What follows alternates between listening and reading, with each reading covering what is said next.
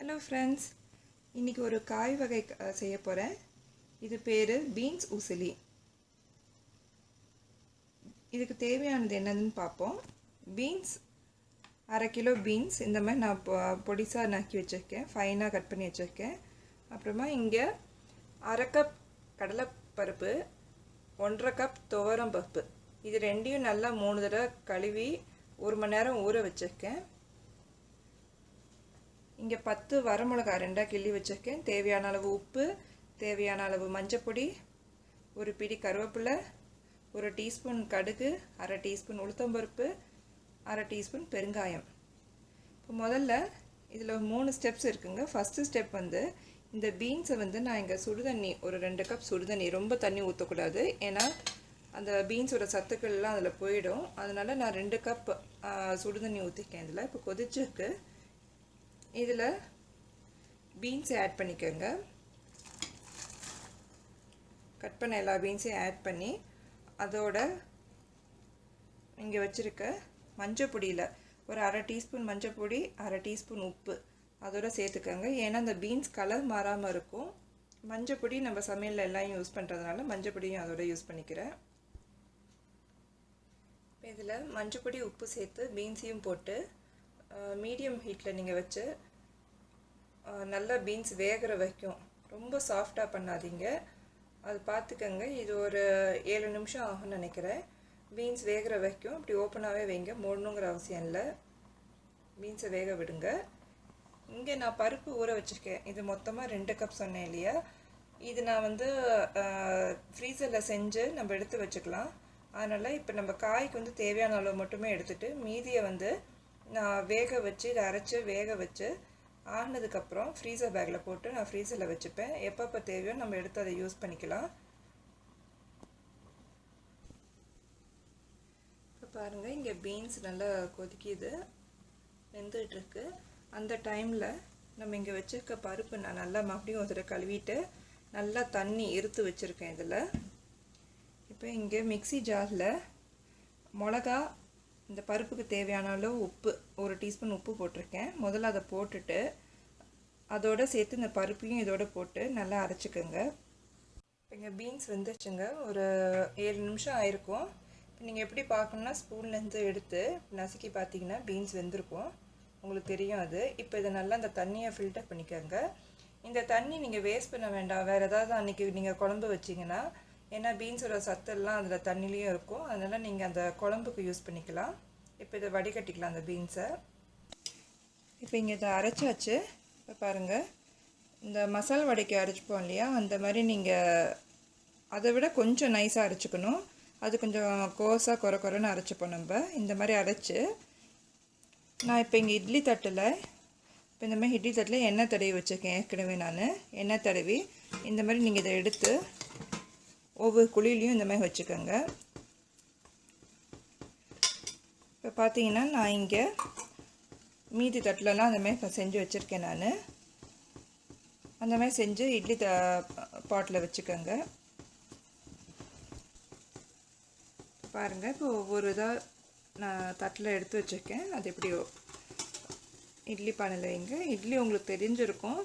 தண்ணி ஏற்கனவே நான் ஒரு 1/2 கப் அளவு தண்ணி ஊற்றி மூடி போட்டு ஒரு 5 நிமிஷம் தண்ணி சூடானதுக்கப்புறம் இந்தமாதிரி தட்டில் வச்சு வைங்க.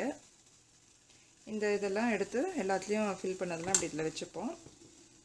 இது ஒரு 8 நிமிஷம் ஆகும். 8 நிமிஷம் வச்சு நல்லா வேக விடுங்க பருப்பை. இப்போ ஒரு 7-8 நிமிஷம் ஆயிருக்கும். திறந்து பார்க்கலாம். பாருங்கள், இந்த ஜஸ்ட்டு நீங்கள் கையிலேயே இந்த மாதிரி தொட்டு பார்த்தீங்கன்னா கையில் ஒட்டாமல் வருது பாருங்கள். கையில் ஒட்டவே இல்லை இந்த பருப்பு, அப்படின்னா உங்களுக்கு வெந்திருக்குன்னு அர்த்தம். இல்லைன்னா நீங்கள் கையை தண்ணியில் நனைச்சிட்டு இப்படி உள்ளே, நீங்கள் இட்லிக்கெல்லாம் சில பேர் டெஸ்ட் பண்ணுவாங்க, அந்தமாதிரி நீங்கள் உள்ளே விட்டு கூட நீங்கள் பார்த்தீங்கன்னா ஒட்டாமல் வரணும் உங்களுக்கு. இப்போ இது ரெடி ஆகிடுச்சு. நான் ஸ்விட்ச் ஆஃப் பண்ணியிருக்கேன். இதை எடுத்துகிட்டு ஒரு தனி பிளேட்டில் வச்சுக்கோங்க. இந்த மாதிரி பிளேட்டில் வச்சுட்டு நீங்கள் ஒன்றுன்னா அப்படி எடுத்திங்கன்னா வந்துடும். அது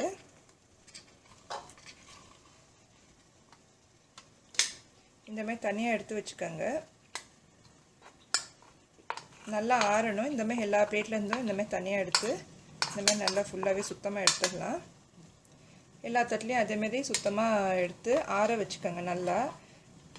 இதை வந்து இந்த மாதிரி எடுத்து வச்சுருக்கோம் இல்லையா, இதை நல்லா இப்படி கட் பண்ணிக்கோங்க. நல்லா உதுத்து விட்டால் இன்னும் கொஞ்சம் சீக்கிரம் ஆறும் உங்களுக்கு. ஆனதுக்கப்புறம் இதை வந்து நல்லா ஆறிக்கணும், சூடாக இருக்கக்கூடாது. ஆனதுக்கப்புறம் மிக்சியில் மறுபடியும் நீங்கள் வந்து ஒரு லேசாக ஒரே ஒரு சுற்று இந்த விப்பர் ஸ்பீடில் வந்து ஒரு 2 சுற்று நீங்கள் பண்ணணும். இந்த மாதிரி எல்லா தட்டுலையும் எடுத்துக்கோங்க. இப்போ இங்கே பீன்ஸ் வெந்த பீன்ஸ் வந்து இந்த மாதிரி நான் நல்லா தண்ணி எடுத்துட்டு இதில் வச்சுருக்கேன். தேங்காய் நான் சொல்ல மறந்துட்டேன். நீங்கள் இது வெப்பப்பட்டதுன்னா போடலாம், அது ஆப்ஷனல் தான் உங்களுக்கு. அதனால் நான் இன்க்ரீடியன்ஸில் சொல்லலை. நான் இங்கே இந்த வெந்த பருப்பை வந்து நான் இந்த மாதிரி விப்பரில் சொன்னேன் இல்லையா, இந்த மாதிரி ஜஸ்ட் இந்த மாதிரி பண்ணி வச்சுருக்கேன். இங்கே பாருங்கள், நல்லா இப்படி போல நல்லா இப்படி இருக்கும் உங்களுக்கு. இந்த மாதிரி பண்ணிக்கோங்க. இப்போ இங்கே பேனில் வந்து நான் ஒரு டேபிள் ஸ்பூன் எண்ணெய் சூடு பண்ணியிருக்கேன். எண்ணெய் சூடாயிடுச்சு. இதில் வந்து நான் வச்ச இந்த கடுகு, உளுத்தம்பருப்பு, பெருங்காயம் எல்லாமே நீங்கள் போட்டுக்கலாம். கடுகு, உளுத்தம்பருப்பு, பெருங்காயம், கருவேப்பிலை இது எல்லாத்தையும் தாளிச்சுக்கணும். இதோட நம்ம இங்கே பீன்ஸ் வச்சுருந்தோம் இல்லைங்களா, அதை போட்டுக்கோங்க. வெந்த பீன்ஸை போட்டு கொஞ்சமாக உப்பு போட்டுக்கோங்க. ஏன்னா பீன்ஸ்லேயும் நம்ம வந்து வேகும் போது உப்பு போட்டிருந்தோம், அப்புறமா பருப்புலேயும் உப்பு இருக்குது. அதனால் ஒரு 1/4 டீஸ்பூன் உப்பு மட்டும் இதோட ஆட் பண்ணிக்கேன். நான் நல்லா மிக்ஸ் பண்ணிக்கோங்க பீன்ஸை. பாருங்கள், மிக்ஸ் பண்ணிவிட்டு நான் இங்கே மிக்ஸியில் வச்சுருந்த பருப்பு அதையும் அதோட ஆட் பண்ணிக்கோங்க.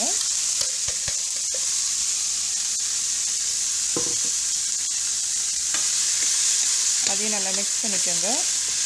இந்த பருப்பு வந்து நீங்கள் உங்கள் இஷ்டம், இவ்வளோ தான் போடணும்னு கிடையாது. நிறையா போடணும்னு நினச்சிங்கன்னா நல்லா நிறையா போட்டுக்கலாம் நீங்கள் வேணும்னா. நான் போட்டிருக்குது பீன்ஸுக்கும் பருப்புக்கும் தேவையானது சரியாக இருக்குது. கடைசியாக தேங்காய் சொன்ன மாதிரி இது ஆப்ஷனல், உங்களுக்கு வேணும்னா போட்டுக்கோங்க. இந்த ஸ்டேஜில் நீங்கள் ஸ்டவ் அணைச்சிடலாம். நல்லா மிக்ஸ் பண்ணிக்கோங்க. இப்போ பீன்ஸ் உசிலி ரெடி. இது பொதுவாக கல்யாண வீடுங்களில் ஏதாவது ஸ்பெஷல் கெஸ்ட்டு அப்படின்னா இந்த மாதிரி சாதாரண பொரியல் அந்த மாதிரி பண்ணுறதுக்கு இந்த மாதிரி உசிலி செஞ்சோன்னா அது ஸ்பெஷல். இந்த மாதிரி செஞ்சுருங்க, ரெடிங்க இது. இப்போ இங்கே பார்த்தீங்கன்னா நான் மீதி இருக்க பருப்பை இந்த மாதிரி வச்சுருக்கேன். இந்த இதுலேருந்து பேன்லேருந்து எடுத்த இது வந்து இப்படியே இருக்குது. நீங்கள் இந்த மாதிரியே வந்து இட்லி மாதிரி இருக்குது பாருங்கள். இதை வந்து இப்படியே எடுத்து கூட நீங்கள் ஜிப்லாக்கில் ப்ரிசர்வ் பண்ணிவிட்டு வேணுங்கும் போது நீங்கள் மிக்சியில் அந்த மாதிரி பொடி மாதிரி பண்ணிக்கலாம். இல்லாட்டி நல்லா உதுத்து விட்டு மிக்சியில் பொடி பண்ணி ஒரேடியாக அதை கூட நீங்கள் ஜிப்லாக்கில் போட்டு பின்னாடி நீங்கள் வேணும்னா யூஸ் பண்ணிக்கலாம்.